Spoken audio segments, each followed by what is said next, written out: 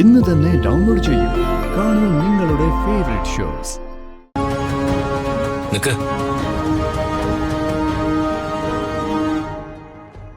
വെല്ലുവിളി ഞാൻ ഏറ്റെടുക്കുന്നു. നിന്റെ പെങ്ങളുടെ കണ്ണീരിന് നീ പകരം വീട്ടുന്നത്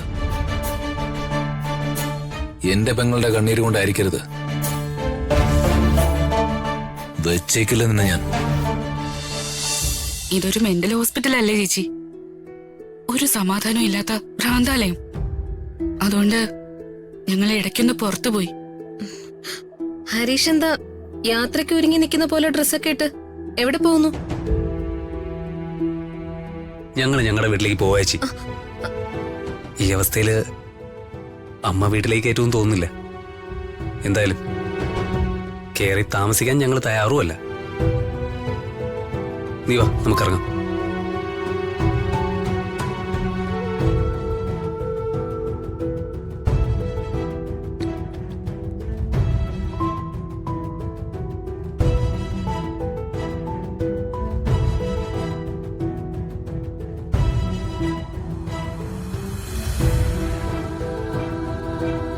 അല്ല, നിങ്ങളിത് എവിടെ പോവാ? ഞങ്ങൾ തിരികെ പോരാതമേ. ആ, അങ്ങനെ പോവാൻ വരട്ടെ. പിന്നെ എന്ത് ചെയ്യാനാ, ഇവിടെ നിൽക്കാനോ? അത് ശരിയാവില്ല രാധമേ.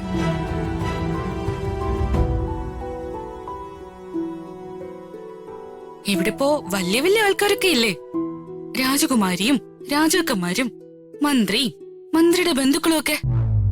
വല്ല ശുപാർശ കത്തും വേണമെങ്കിൽ പറഞ്ഞാ മതി, മേടിച്ചുതരാം. നിന്റെ അനിയത്തി കൊച്ചു അത്ര മോശമൊന്നും അല്ലല്ലോടാ. രണ്ടെല്ലു കൂടുതലുള്ളതുപോലെയാ. അവര് കുളം കാലിയാക്കാണ് തോന്നുന്നു. ഇടയ്ക്ക് ഈ മാരണങ്ങൾ ഇവിടെ കണ്ടില്ലല്ലോടാ. ആളുകളെ കൂട്ടിയിടിച്ചിട്ട് ഇവിടെ നടക്കാൻ പറ്റാതായി. എന്റെ കുഞ്ഞിന് ഈ ഒരു ഗതി വരാതിരിക്കാനാ ഞാൻ ഇങ്ങനെ ഒരു മാർഗം കണ്ടെത്തിയത്. ആ നശിച്ചവൻ അതെല്ലാം തകർത്തു കളഞ്ഞു. അതെ, മറ്റൊരുത്തന്റെ സ്വപ്നങ്ങളെ തകർത്തുകൊണ്ട് മകൾക്കൊരു ജീവിതം ഉണ്ടാക്കി കൊടുക്കുന്നു. അതിന് ദൈവം അനുവദിച്ചില്ല. എനിക്കൊരു ജീവിതം ഉണ്ടാക്കി തരണോന്ന് ഞാൻ രാധമ്മയോട് അപേക്ഷിച്ചിട്ടൊന്നുമില്ലല്ലോ.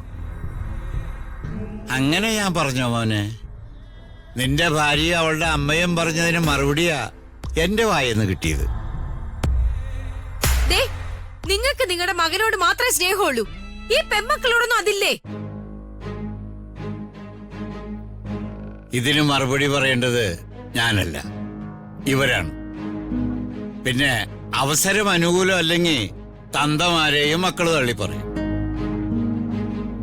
ഞാനത് പ്രതീക്ഷിക്കുന്ന ഒരച്ഛനായതുകൊണ്ട് എനിക്കതിൽ യാതൊരു സങ്കടവുമില്ല.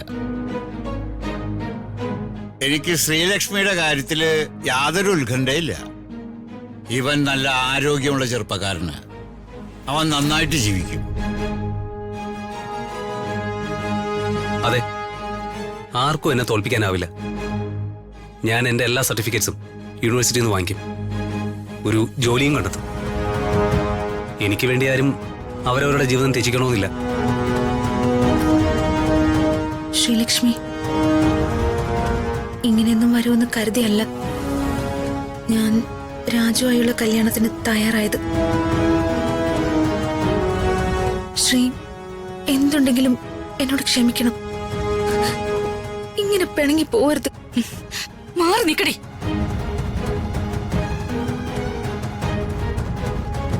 നീ ഇവിടെ ഉള്ളിടത്തോളം കാലം ഞാൻ ഈ വീട്ടിലെ കാലം ഒത്തില്ല. വെല്ലുവിളിയായിട്ട് എന്നെ കരുതിക്കോ.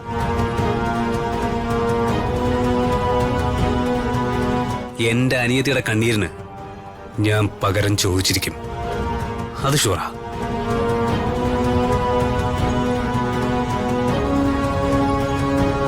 നിക്ക്. വെല്ലുവിളി ഞാൻ ഏറ്റെടുക്കുന്നു. നിന്റെ പെങ്ങളുടെ കണ്ണീരിന് നീ പകരം വീട്ടുന്നത് എന്റെ പെങ്ങളുടെ കണ്ണീര് കൊണ്ടായിരിക്കരുത്. വെച്ചേക്കില്ല നിന്ന് ഞാൻ.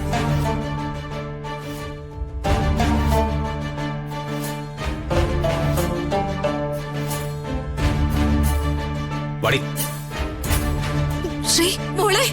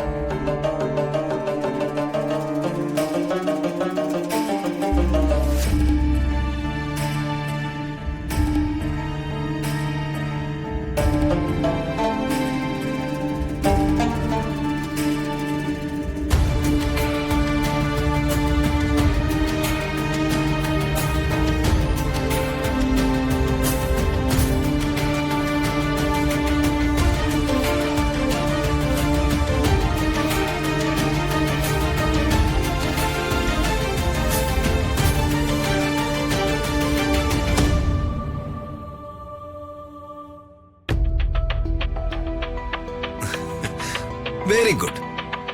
അമ്മയുടെ ഈ ഇരിപ്പ് ഒരു ചീഫ് മിനിസ്റ്റർ പോലെയോ അല്ലെങ്കിൽ ഒരു പ്രൈം മിനിസ്റ്റർ പോലെയോ ഉണ്ട്. ഇത് കാണാനേ എനിക്കിഷ്ടം. അമ്മ ഇങ്ങനെ ഇരിക്കുന്നത് ഞാൻ കണ്ടിട്ട് കുറച്ച് ദിവസങ്ങളായി. സൂര്യമംഗലം കൊട്ടാരത്തിലെ സരസ്വതി വർമ്മ ഇവിടെ ഉള്ളപ്പോ എനിക്കിങ്ങനെ ഇരിക്കാൻ പറ്റൂടാ? അവരുടെ നാവീന്ന് എന്താ വരുന്നെന്ന് ആർക്കാ പറയാൻ പറ്റുക? ഇവരവരുടെ കൊട്ടാരത്തിലേക്കോ കൽക്കട്ടിലേക്കോ തിരിച്ചു പോകുന്നില്ലേ? പോകുന്ന മട്ടൊന്നും കാണുന്നില്ല. ഒടുക്കം പിടിക്കാനായിട്ടൊന്ന് പോയാ മതിയായിരുന്നു.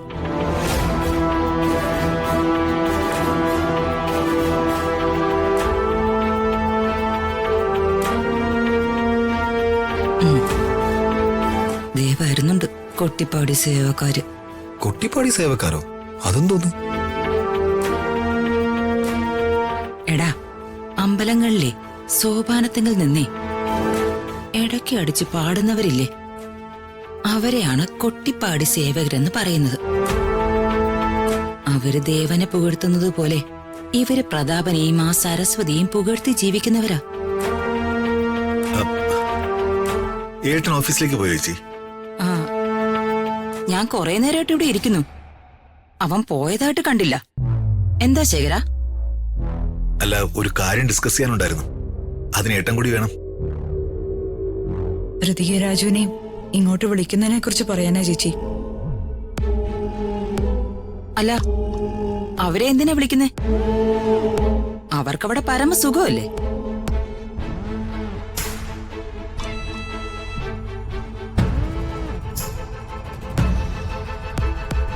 ഞാനന്ന് ഓഫീസിലേക്ക് പോവാ. എന്താ ശരി, എന്തെങ്കിലും പറയാനുണ്ടോ? ഒരു കാര്യം ആലോചിക്കാനുണ്ടായിരുന്നു. ആ പറഞ്ഞു ശരി. ഏട്ടാ, കല്യാണം കഴിഞ്ഞു പോയ ചെറുക്കനെയും പെണ്ണിനെയും പെണ്ണിന്റെ വീട്ടിലേക്ക് ക്ഷണിക്കുന്ന ഒരു ചടങ്ങുണ്ട്. അത് ആലോചിച്ച് ചെയ്താ പോലെ ശരി. അമ്മയോട് ചോദിച്ചിട്ടേ? ചോദിച്ചില്ല, ഏട്ടനോട് ആലോചിച്ചിട്ട് ആവാന്ന് കരുതി. ചേച്ചി എന്ത് പറയുന്നു? ആ, എന്റെ അഭിപ്രായം തുറന്നു പറഞ്ഞാ ഇവിടെ പലരുടെയും മുഖം ചുളിയരുത്. അകലേ നോവിനാലേ